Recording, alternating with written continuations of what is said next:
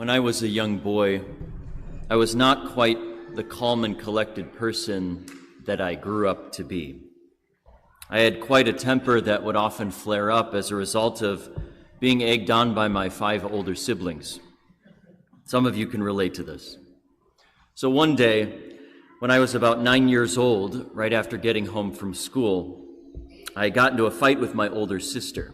And so to get away from her for a little while, I went outside to the mailbox to grab the mail.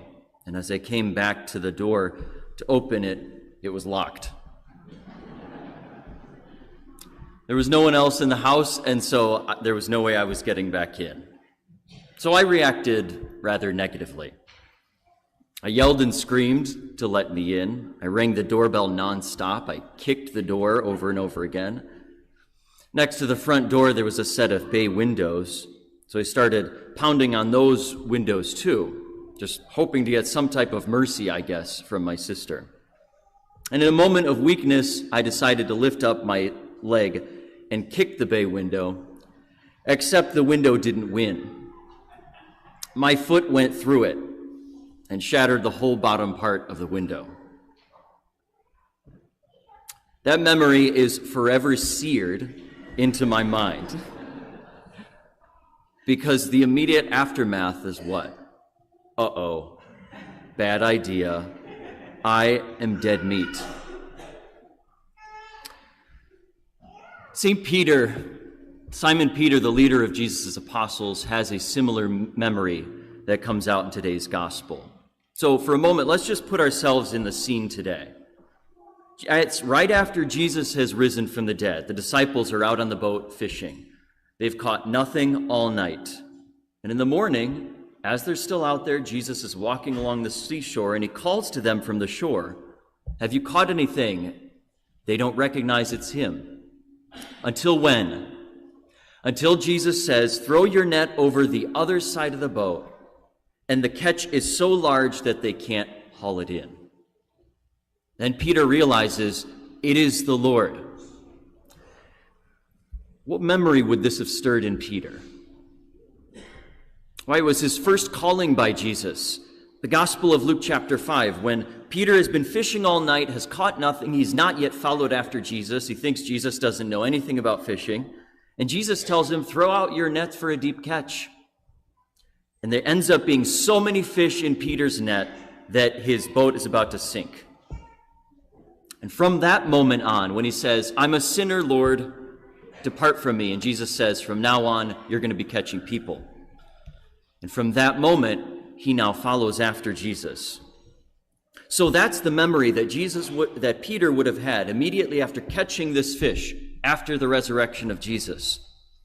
He recognizes Jesus now, and with excitement, he jumps into the sea to swim ashore and embrace his friend. Except there's another memory that Peter is about to have, a much darker one that will soon become very clear. When Peter gets ashore, what does he see? He sees Jesus for sure. But Jesus has just prepared a charcoal fire on the seashore to cook some fish. What is a charcoal fire a reminder of? Remember, just a few days before this happens, maybe a couple weeks, after Jesus had been arrested, Peter is in the courtyard of the high priest. He's warming himself, where? By a charcoal fire. When all of a sudden, people start recognizing him. "You're a friend of Jesus, aren't you?" "No, I'm not." "Surely you know him." "No, I've never met the man." "We saw you with him in the garden." "I swear I do not know who you're talking about." That was the worst fall of Peter's life. And it was around a charcoal fire. And I can imagine that now, a few days later, amid his excitement of seeing Jesus on the shore, he is stopped dead in his tracks because he sees the charcoal fire, which stirs up in his mind a very visceral memory of his denial of Jesus.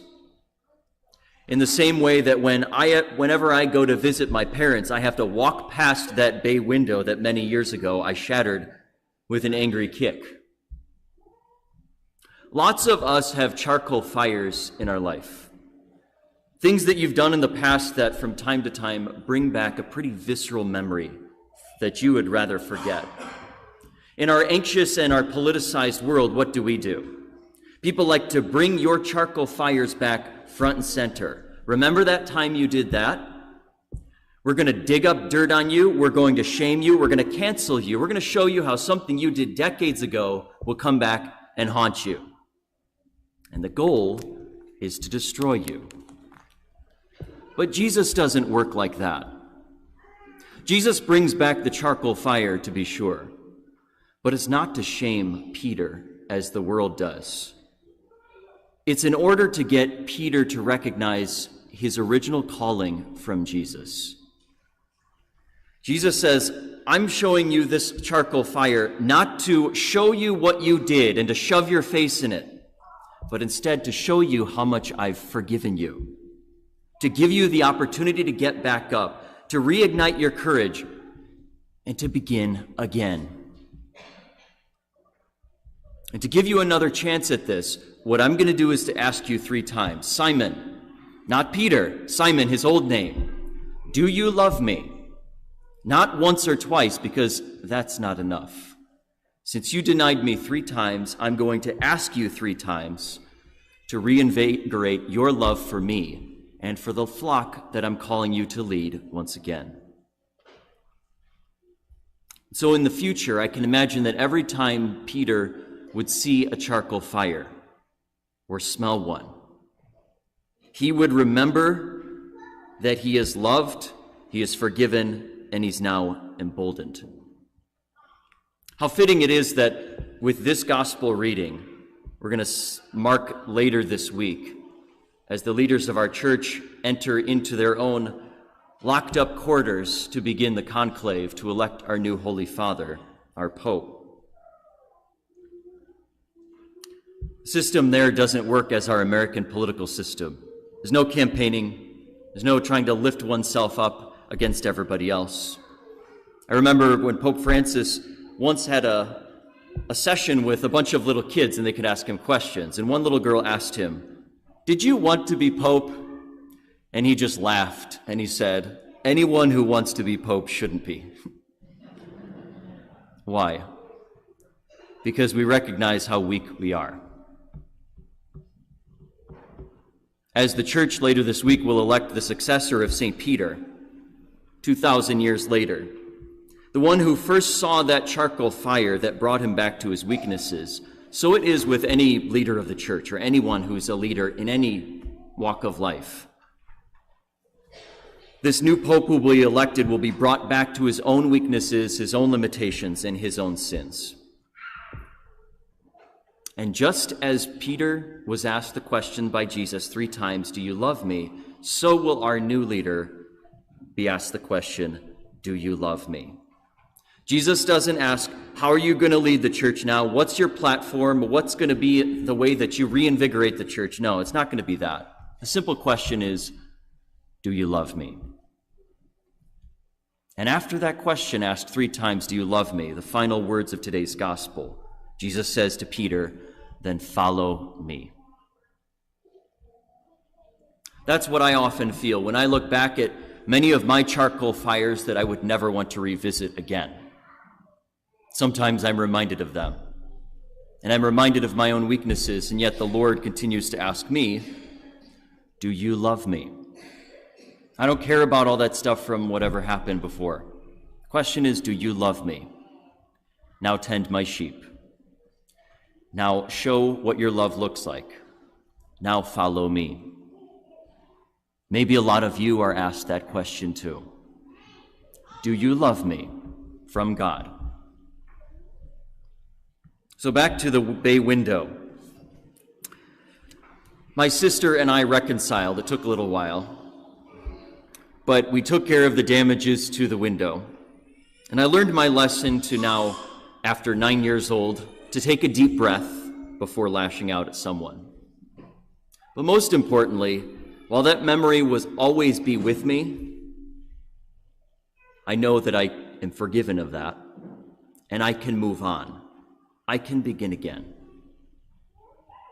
That was one of my charcoal fires, what are your charcoal fires? What are the things that remind you of your weaknesses?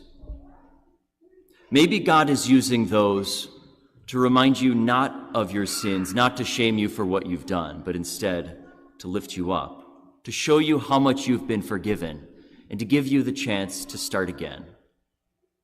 And so God is saying to every one of us today, to our future pope, to any leader out there, the same words that he said to Simon Peter that day. Do you love me? Well, then follow me.